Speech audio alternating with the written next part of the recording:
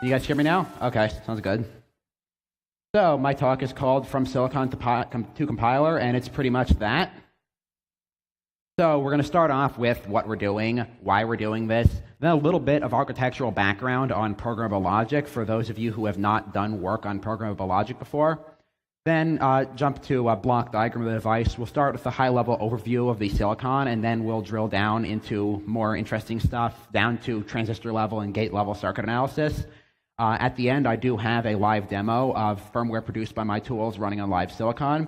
Sadly, there are no cute cat pictures in this presentation. Sorry.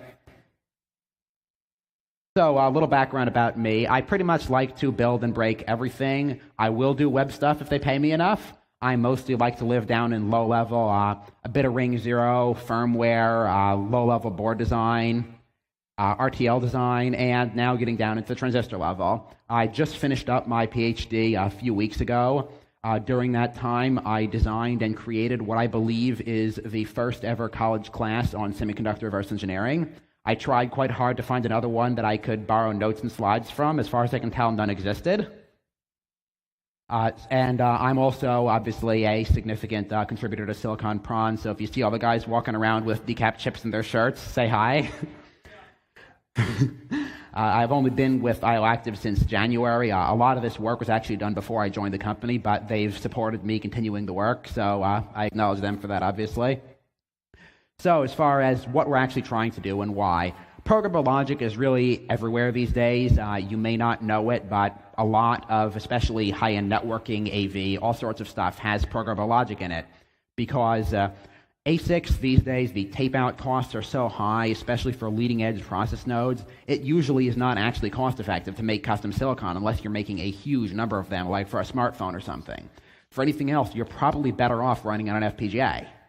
And the problem is they're full of black boxes. Nobody really knows what happens when you compile your bit stream onto a device. You know, okay, well, we've got these lookup tables, we've got these RAM blocks, but what is actually going on underneath? How do I know that the RTL I gave the compiler is actually equivalent to what the actual device's behavior is? We don't know. Or how do I do development on a platform that is not x86 or x64 or Windows, or one of a very short list of Linux distros they support? Sorry, out of luck. And let's say we think we found a compiler bug. Oh, we just pop the code and objdump and look at it. Nope, there is no decompiler for the bit streams. So if you think it's generating bad code, sorry, you're screwed. And of course, reverse engineering, this is recon. The vendors want people to think bitstream reversing is hard. They advertise their closed source proprietary format as being impossible to reverse engineer. It's not. So as far as the methodology here, I just decided earlier today to take a look at the size of the directory I had installed the Xilinx tools in. 18 gigabytes. I don't know about you, but I don't have time to look through 18 gigabytes of stuff in IDA. There are much better things I could spend my time on. And plus, the license agreement says I'm not supposed to be reverse engineering their software. I never agreed not to look at the silicon. So, open source by any means necessary. So this is our target. It is the Xilinx XC2C32A. I chose it for a bunch of reasons. One is that it is very cheap. They're about $1.15 each on DigiKey in single units. As of a couple of weeks ago, I think the price just went up to $1.20 something. But they're still cheap enough you can afford to kill large numbers of them testing. You have your choice of a nice big QFP package that's easy to hand solder, has plenty of plastic around the package so it's easy to decap while keeping bond wires intact. Or you can do chip-scale BGA or QFN if you just want to dunk the thing in acid and get rid of all the plastic and take a look at the silicon.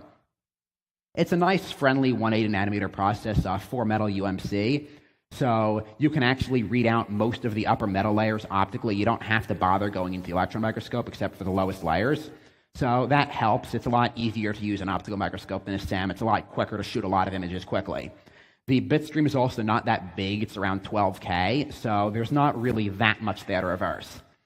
And it's also a fairly simple architecture. You're not going to find block RAMs and embedded ARM cores and all kinds of stuff like that. It's just pure programmable logic. And the vendor tools are free, which always helps. Hackers are cheap.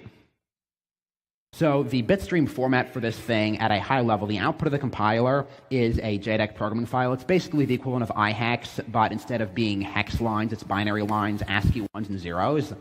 So This is the exact data that gets written to the chip, not in the actual order. I'll get to that later, but there is a one-to-one correspondence between these ones and zeros and the configuration bits on the device. And the nice thing is that, as you can see on the right side here, the bit stream generated by the Xilinx tools, if you're so inclined, does have comments. Turns out they're not very useful. They just say, okay, block 0 ZIA. Well, what is a ZIA? Look in the data sheet. There is not one reference to ZIA. Okay, doesn't really help me much. So let's get a little bit into the architecture of what a CPLD actually is. So any digital equations can be expressed using a form known as sum of products. It's a canonical representation of digital equations in which you take a series of terms, you bitwise AND them together, either the input or its complement. You can just treat the complement as coming into your device. So you've got A and B and C, or C and D and E, etc. So you can express any arbitrary digital equation this way. So let's look at how we'll actually make a chip to do this. So if we have a large, say, 32 input AND gate, and we have a mux the input to each gate, or at each input to the gate, that lets me select between a constant 1 or the input to my circuit. I can effectively mux any subset of these inputs and just leave the others as 1, which is the identity for the bitwise AND operation. So I can AND together any subset of the possible inputs to this AND gate. The same thing can be done for OR. Obviously, you have to use 0 as the identity element for bitwise OR. But what this means is you can create a gate that has a huge number of inputs, and I can pick any subset from those at runtime with mux settings. So this leads to a natural structure for a programmable logic device. You make a grid of gates with a 2-to-1 mux at each input. You've got inputs coming in, outputs going down, and then you just have a series of gates in sequence ANDing stuff together. So this is actually a render from my tool. You can see we've got the input coming in. We select either X or X prime, and that with the data coming in from overhead. Take the output of that. Now here we skip the AND gate. This is more of a logical view, so I'm not actually showing the actual muxes in the chip. This is more of a schematic view of what the circuit logically does. I'm also rendering it as a cascaded sequence of gates end to end. In practice, the actual implementation on silicon is usually a tree because nobody wants order n propagation delay when you could have order log n instead. So if we take this and we want to build a full programmable logic device, what we do is we take a bunch of signals coming from our registers that store state. We take a bunch of signals from our input pins. Then we feed these into an AND array. We invert them, so we have 2 times however many inputs. We take M product terms out of that. The product terms then go into a programmable OR array. The output of that gives us, we'll just call it R outputs. Then we feed those either into an output pin or into a flip-flop if we want to do state machines or something like that. So this is really all it takes to build a simple programmable logic device, or SPLD. The problem is SPLDs scale poorly. You end up having quadratic scaling with the number of inputs. Nobody wants a die whose size scales quadratically with the amount of work it can do. That's terrible. So how can we improve this? Well, it turns out we can make a grid of small SPLDs. Did not show up as well as I had hoped on the projector, but we've got one SPLD block here, we've got one here, and there's a crossbar switch in the middle. So now we can create a bunch of outputs from one SPLD, a bunch of outputs from the other, and then just feed them all into one big routing fabric, pick out whichever signals I'm interested in processing on this half of the chip or that half of the chip, and then feed them into the SPLD. So this is a CPLD. So now let's look at the specific CPLD that we've been targeting today. So there are 32 GPIO pins, which are full input-output, plus one input-only pin. I'm pretty sure this is because they intended to package the die in a 44-pin QFP package. All of the other stuff for JTAG, power, and the 32 GPIOs use 43 pins. They didn't want to have one NC pin, so they just threw one extra signal into the global routing that you can't drive, and it just serves as an extra input. And then the remainder of the device is 2 function blocks, which are basically SPLDs. Each one has 16 GPIO pins, 16 flip-flops. Of the 65 signals in the global routing, so 32 IOs, 32 flip-flops, plus one input only is 65. We pick 40 of those, feed those into an 80 by 56 AND array, then a 56 by 16 OR array. This is all documented in the datasheet. What's not documented is, okay, we can make a technology mapped netlist. We know, okay, I have these inputs ANDed together, these outputs ORed together. Now, how do I actually make the chip do what I want? So, time to put in our lab codes. I am not going to talk about decapping and imaging. This has been beaten to death in other talks like Recon last year, and I think the year before that, and probably the year before that. So we're not going to cover that. There's a lot of good stuff up on Silicon Prawn. There's, if you read the lecture notes from the class I taught at RPI last year, there's a lot of good material there.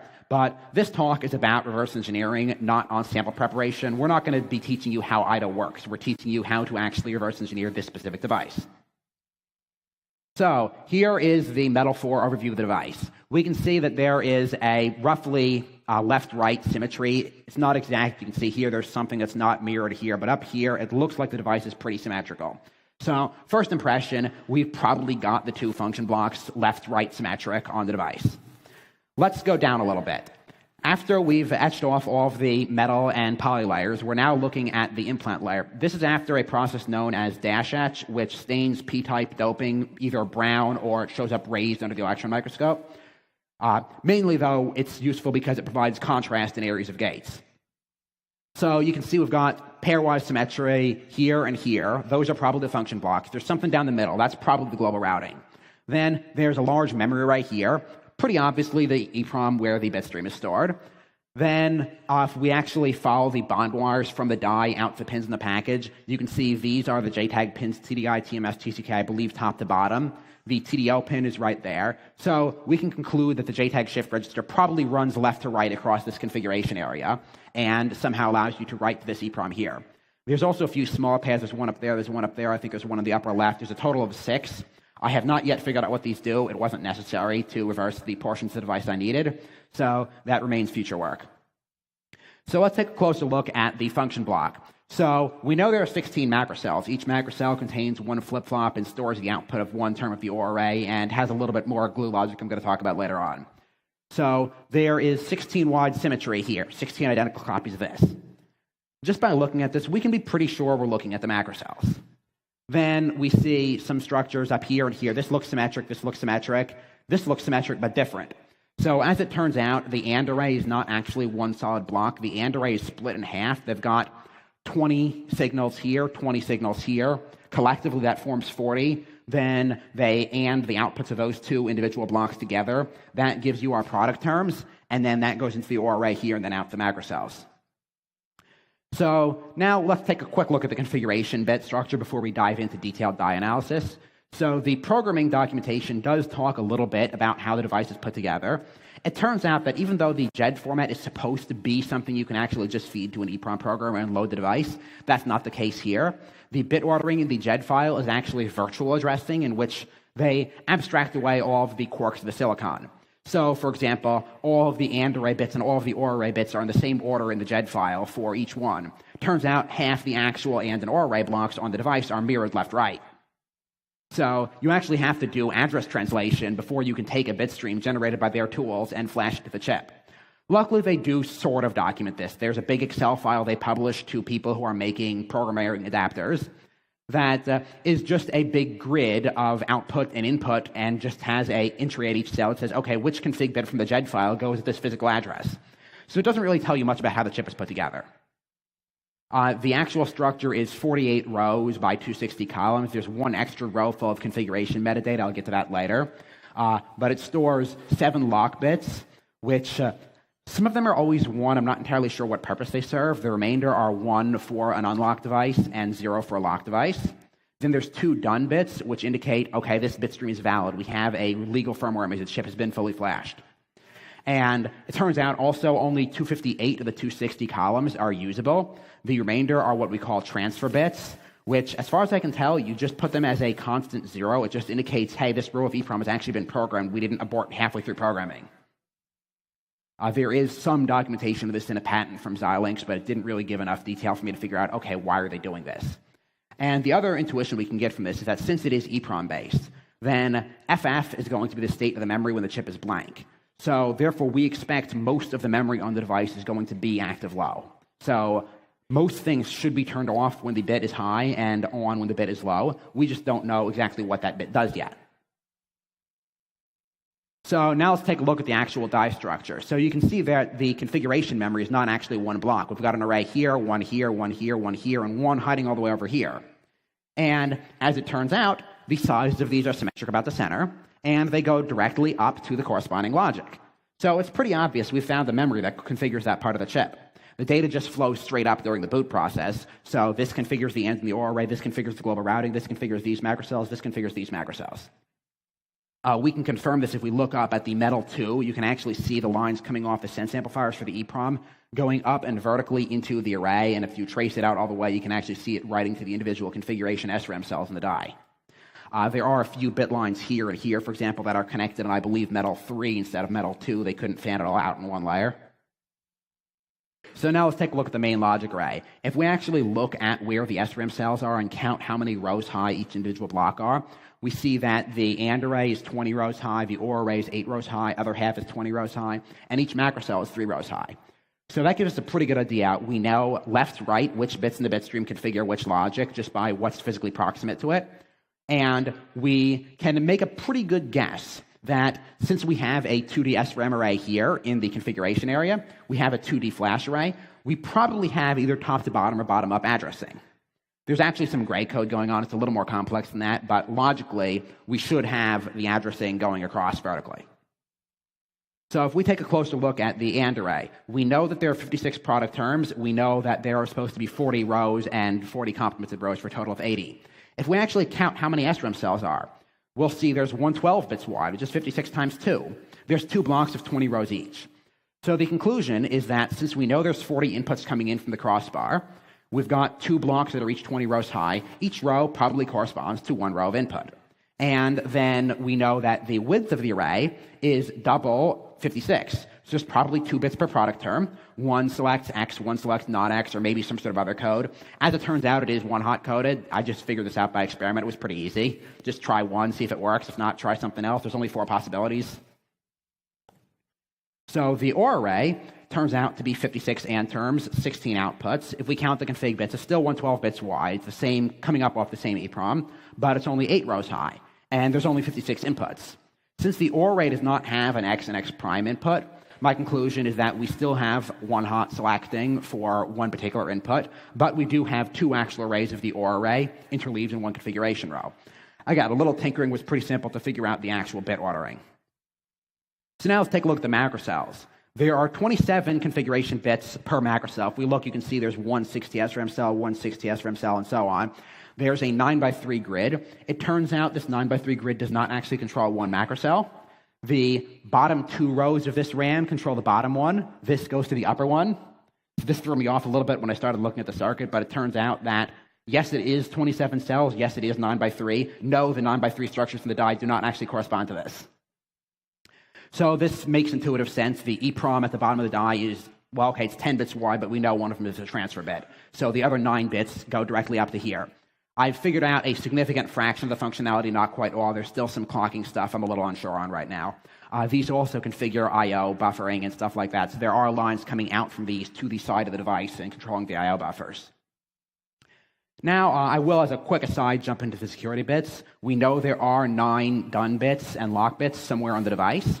We know that the physical address of these is in the right-hand macrocell memory. It's in the top row. There's 960 SRAM cells right here that don't appear to be hooked up to any of the actual logic array. I have not actually tried fibbing these. I don't know for certain that these are the lock bits, but it is pretty obvious. Especially when we know of those 9 bits, 4 of them have to be held low to lock the device. There's a 4-input NOR gate right here, and an inverter right there.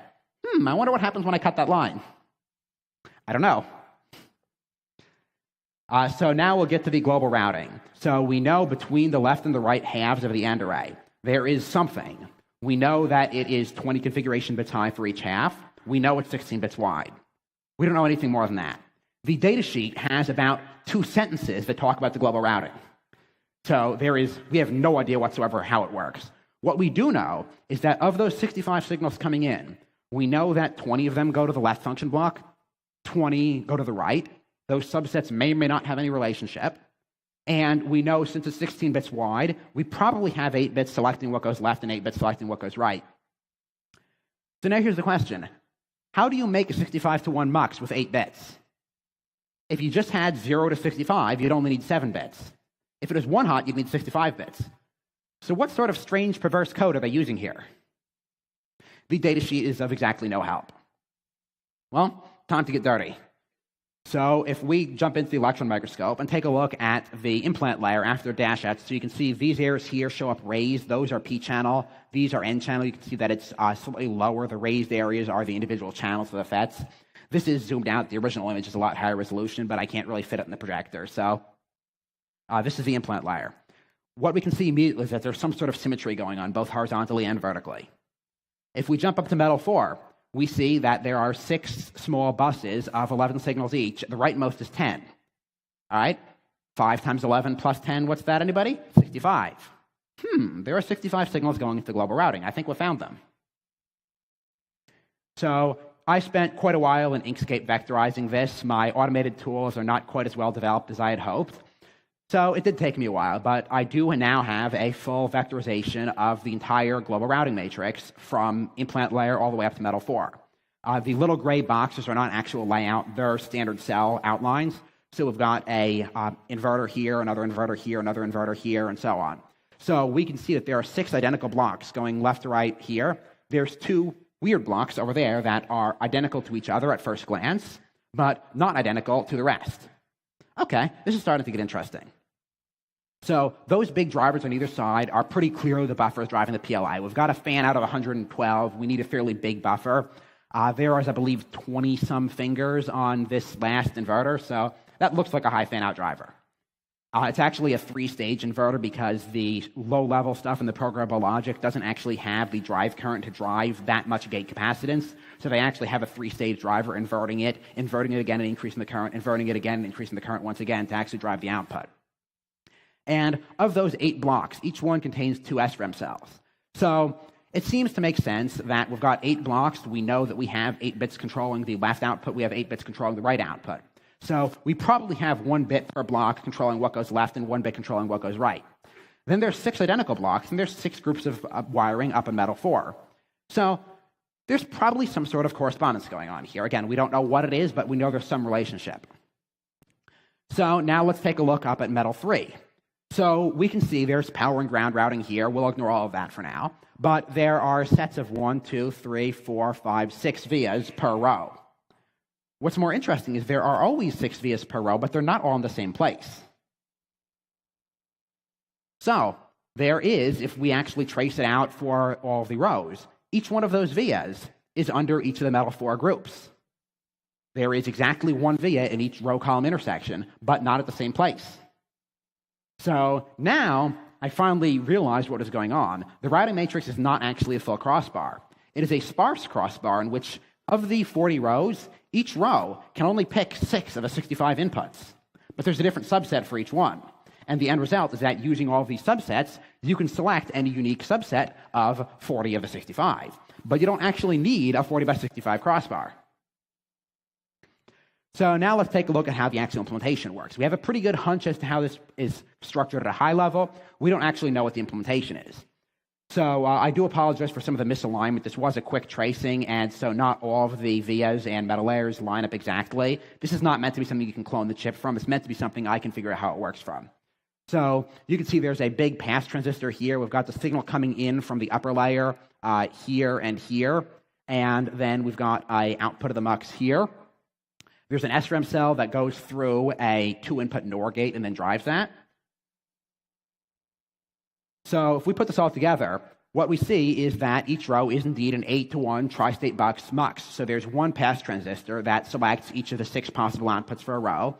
Then there's a single discrete NMOS and a single discrete PMOS that lets me drive constant 1 or constant 0 as well.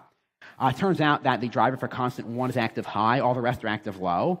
So this means that a blank bit stream of FF won't cause bus fights. It'll put all the outputs in a well-defined state. So this makes sense. And all of the other signals are active low. There's also one additional signal I've called O gate. I have no idea exactly where it comes from, but I'm pretty sure that it's used during the boot process to basically pause the device, don't drive any of the outputs. It'll consume less power when the chip is idle. And it also prevents bus fights between drivers that aren't fully configured. If we've got half the device flashed and half not flashed during the boot process, we don't want to be driving signals onto nets that some other thing might still be driving with the old firmware. So as long as the signal is high, it gates all the outputs. And the rows are, again, not identical, but it turns out we can actually do the routing using MaxFlow. We just create a source node for each of the nets we want to route. We create a directed graph with paths for each of the legal connections to each row. Then we create a sync node with however many nets that we want to draw out, and we can just use MaxFlow to route everything. So as it turns out, the structure is pretty much that. I do have a full schematic. This is not it. I've kind of truncated the bottom to make it fit on the slides, but we've got a single configuration bit. We've got the NOR, which I've actually drawn as a negative logic AND because that's really how it's functioning. Output of that goes to a single PMOS pulling high. We've got an NMOS pulling low. Then we've got mux in top A0, mux in top 90, and so on. Those are the actual hex codes for in the bit stream for selecting that particular input. So we'd make that row be set to A0 if we wanted to write to this element. And I do also have a table in the source for my tools that includes all of the mux settings for this device. So I now can fully control the global routing matrix. But there's one last bit. We know the ordering of the inputs. We know how to select one of the inputs and drive something. We don't know which input is actually hooked up to which signal on this bus. So, time to get dirty again. There were a couple of options I considered, but it turned out that one of the simplest was to make a few educated guesses about how things were structured. So, for example, all of the macrocells in function block 1, their flip-flops are probably in a contiguous order in the bus. We don't know where in the bus they are, but they're probably contiguous. All of the input pins for function block 2 are probably contiguous as well. So let's tinker around a little bit. Okay, the inputs to function block 2 are probably contiguous. So there's not really that many orderings for the global input pin and these 4 sets of inputs. So let's just try tinkering and see which one works. So I went up to campus, hopped on the focused ion beam, drilled a few holes in the insulator over some wires, and laid down some nice, gigantic 20-micron square probe pads. And then I just started driving signals onto each net.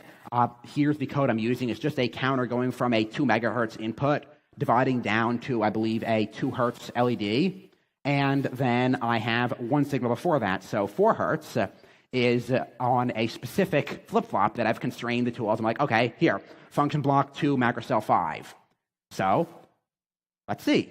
If we probe function block 2, macrocell 5, if we put a signal on function block 2 macrocell 5 that's supposed to be 4 hertz, and we've got a probe pad on this signal, is it a 4 hertz square wave? Oh yeah, it is. All right, our guess is right. So it didn't take too long to figure out the actual bit ordering. So here's the basic summary of the actual layout. We've got gates on metal 1 and poly. Metal 2 is vertical routing, SRAM bit lines, O-gate, then horizontal routing on M3, then M4 is the input bus. It turns out the actual ordering is the GPIOs for function block 1, the global input, GPIOs for function block 2, then the flip-flops left to right. So now we know pretty much enough to configure the PLA. Unfortunately, there's more to it, because it turns out all of the product terms, or nearly all of them, are dual purpose. They can be used as general purpose logic. You can feed them into the OR array. But each of the 16 macrocells also has 3 product terms that have separate dedicated connections to it. These are used for set, reset, clock, enable, and so on. I'll cover some of this in the next slide. 4 more have special connections to the entire function block, and the last 4, as far as I can tell from reading the datasheet, they have no special purpose. The datasheet does tell us these things exist. They tell us roughly what they do. They don't tell us which of these 56 product terms does what. So I will just briefly cover what these terms are. So we've got per function block, we have a local clock that we can use. So we don't want to waste global clock resources for the whole chip, but we also don't want to have a per flip-flop clock because that'll both increase skew and use a lot of product terms that we really don't need. Then we have dedicated set and reset and dedicated output enables. Then per macrocell, we've got product terms A, B, and C, very inventive naming. So product term A is one of several legal sources for set reset. There's also the control term set and reset can be used instead if you want. There's product term B, which is one of several possible sources for the IO buffer output enable. And then product term C, which can be used for a couple of things. If you've got a clock enable, it's used as a clock enable. If you want a per macrocell clock for just one flip-flop that you're clocking off one weird clock that nothing else is clocked by, you can use that. And it also drives an XOR gate. So it turns out that this isn't quite a conventional CPLD structure. The output of the PLA is XORed with product term C or its complement or a constant 1 or constant 0. This is a Xilinx proprietary optimization that is, again, documented in the datasheet, but they don't tell you how to configure in the bitstream. The intention here is to allow you to do efficient adders. You've got XOR. You don't have to do not X or Y, or not X and Y, or not Y and X. So you can just use the XOR gate. So the question is, okay, we've got 56 product terms. Which one is PTC? No idea. Well, it turns out we can configure the PLA as much as you want. We already know how to configure that. We've reversed all the bits for that. We can configure the global routing as much as you want.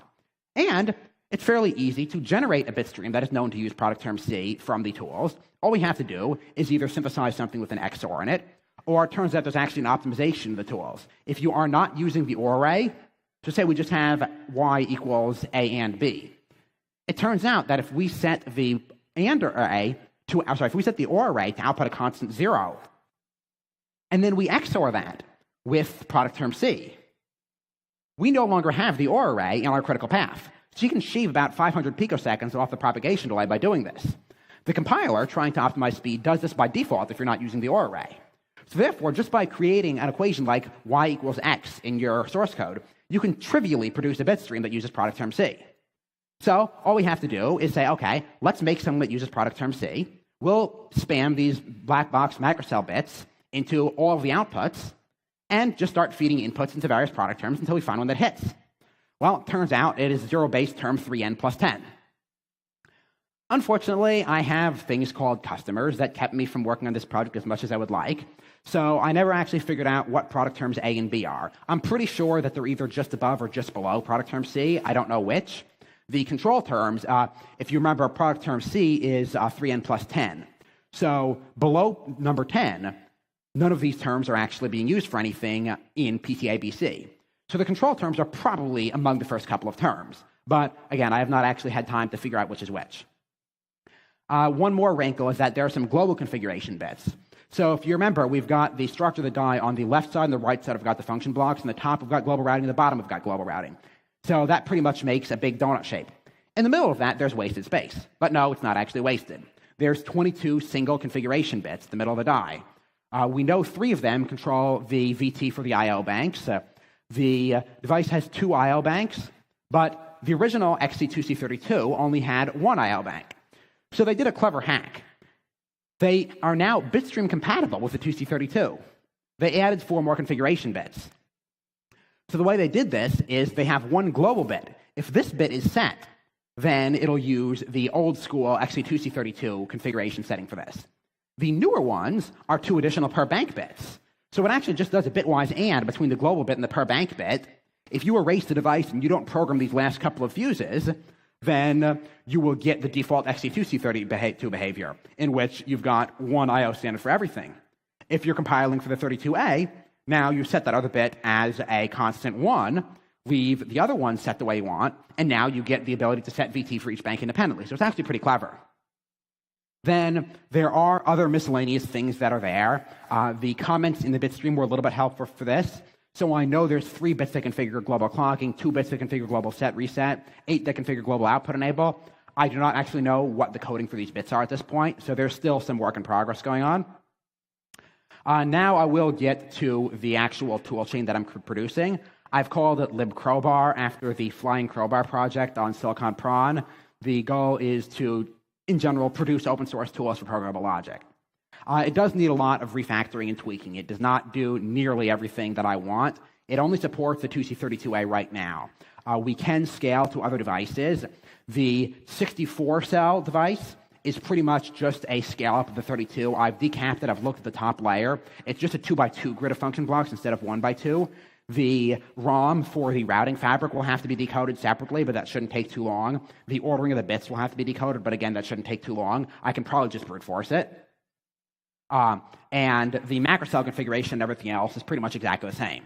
The larger devices, the 128, 256, 384, and 512, add some additional features to macrocell. So in addition to figuring out the extra routing stuff, I will actually have to do some additional reversing of the macrocell logic. So that remains a work in progress, but that is a goal. The library is BSD licensed. You can grab the code from there. I do not recommend attempting to use it in its current state. It's more of something to look at and understand how the chip works, and maybe in a couple of months they will have something that's actually stable enough you can actually use.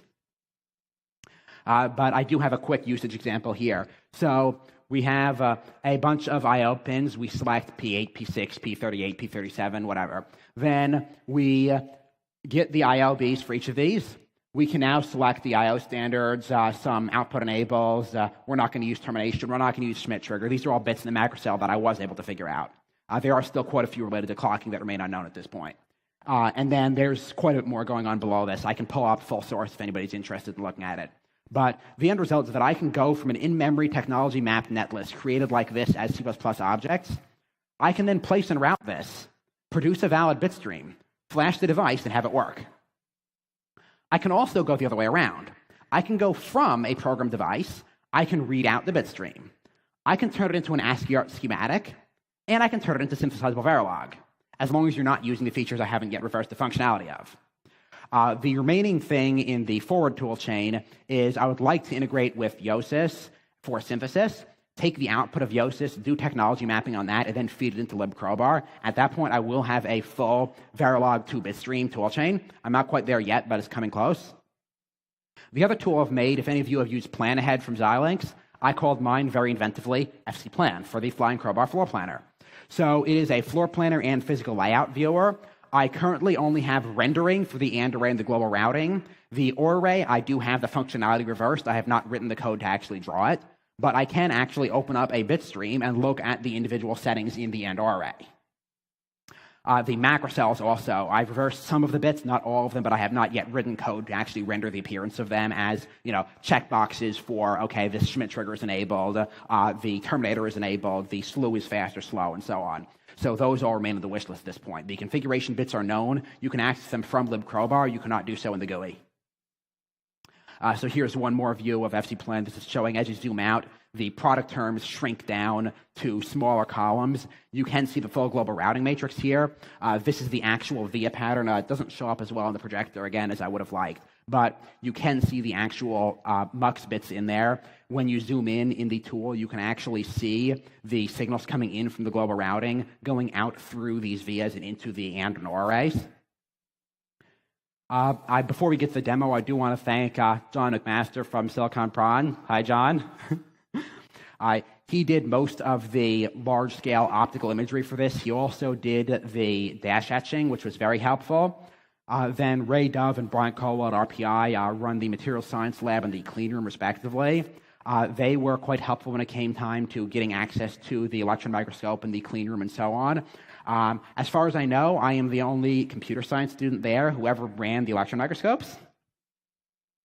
But I did actually get access to the clean room, the SEM, the FIB. I was trained on all of them, and they were quite helpful. And then the Silicon Prawn team in general was quite handy when it came to just getting feedback and sanity checking, and does this look okay to you? Or I can't quite make out what this connects to. Do you have any ideas? Or just sharing process suggestions. Okay, what are some ways I can get this etch to be a little more even? Something like that. So now, time to tempt the demo gods. So I have my JTAG daemon connected already. This is my dev board. It has a small FTI 232 on there that I'm using for JTAG. And so what I'm going to do is I'm going to create a bit stream using Libcrowbar that will act as a NOT gate and a buffer. And then I'm going to bit bang inputs going into there with the FTDI chip. And we should see one LED and then the other alternately lighting up.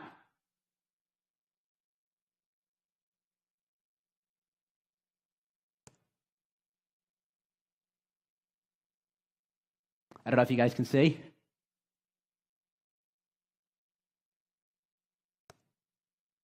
Right up here, these LEDs are blinking back and forth. So if we scroll through the output here of the tool, you can see we start out initializing, we connect to the JTAG chain, we see, okay, there is a device. One odd note, the Cool Runners are the only devices I've ever actually looked at in which the JTAG device ID actually includes the package as well as the device. So what this means is that they've actually got a fuse somewhere in the die that says, oh, this is a TQFP, this is a BGA. I've never seen that on any other device. Every other FPGA or microcontroller or anything I've used, the device ID was the same between different packages.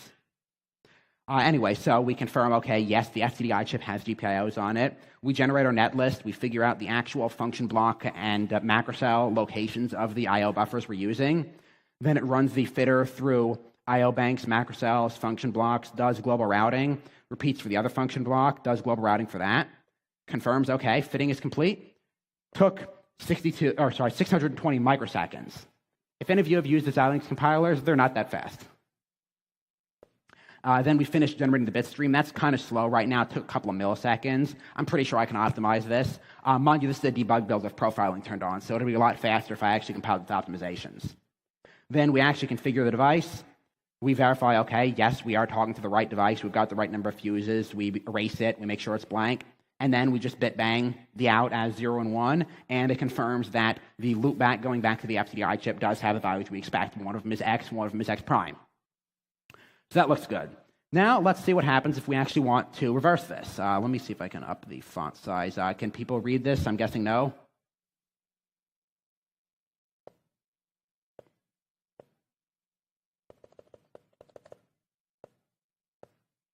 That better? All right.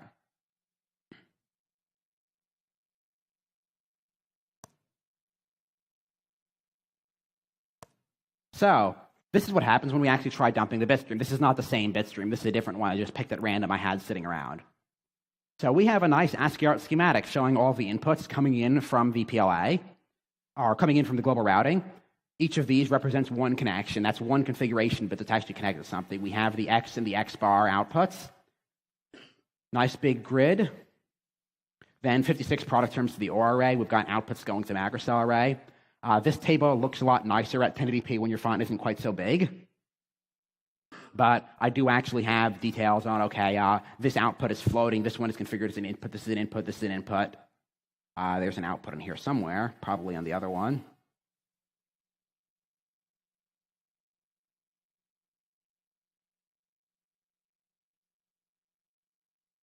Whatever, I must have scrolled past it.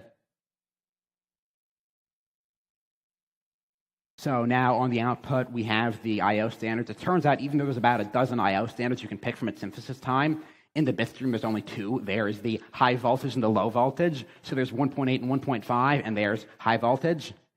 So my guess is what this does internally. I have not fully reverse engineered all of the I/O driver circuitry, but what I'm pretty sure it does is it selects a single threshold or another, and then thicker or thinner gate oxide in the output. There's about 4 or 5 different sets of drivers in the output for fast and slow, different voltages, and so on.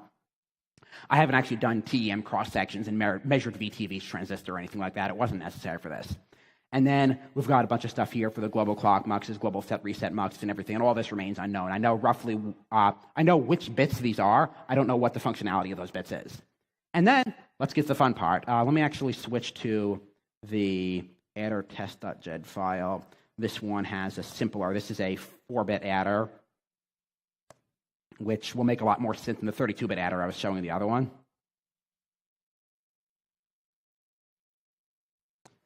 So here's our RTL. It is pretty much the assembly language of Verilog. This is a direct analog of the actual PLA structure. I have not attempted to figure out any higher level structure. This is electrically equivalent. I have not tested synthesizing it. I actually just found a bug last night here on lock equals that should be quoted. So right now the output as formatted won't synthesize, but it would be fairly trivial to fix that and make it actually synthesize and work. And then I've got function block 2. There's not really anything in there. So now before we get to the questions, I'm just going to jump up to FC Plan and show you guys what the actual structure looks like in the floor planner. Guess I found a bug. The scroll on this thing is really sensitive. All right, can I go just one click in?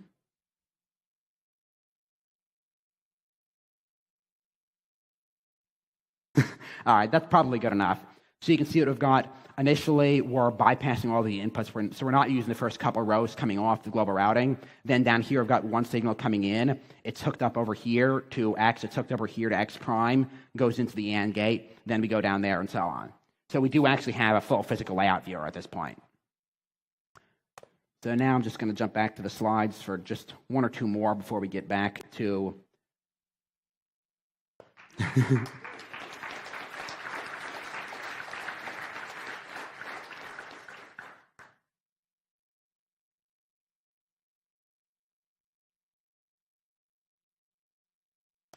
So what remains as far as future work? We still have to figure out the last of the special product terms.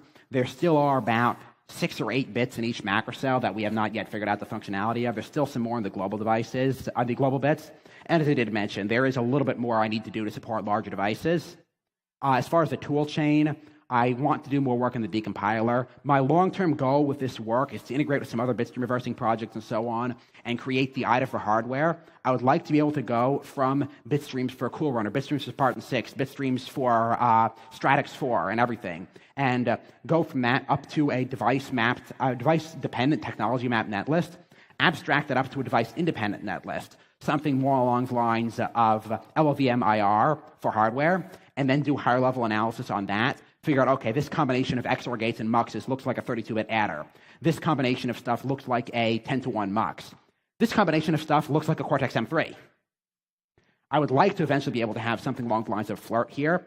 I do know that subgraph isomorphism is NP-complete. I don't know if I can make a randomized or approximated algorithm that's fast enough. That remains a topic for future work, but it is on the wish list, whether it is physically possible or not.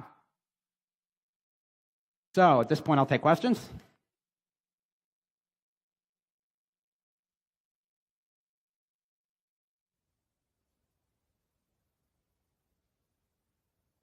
Seeing none, I guess we're done. Thank you.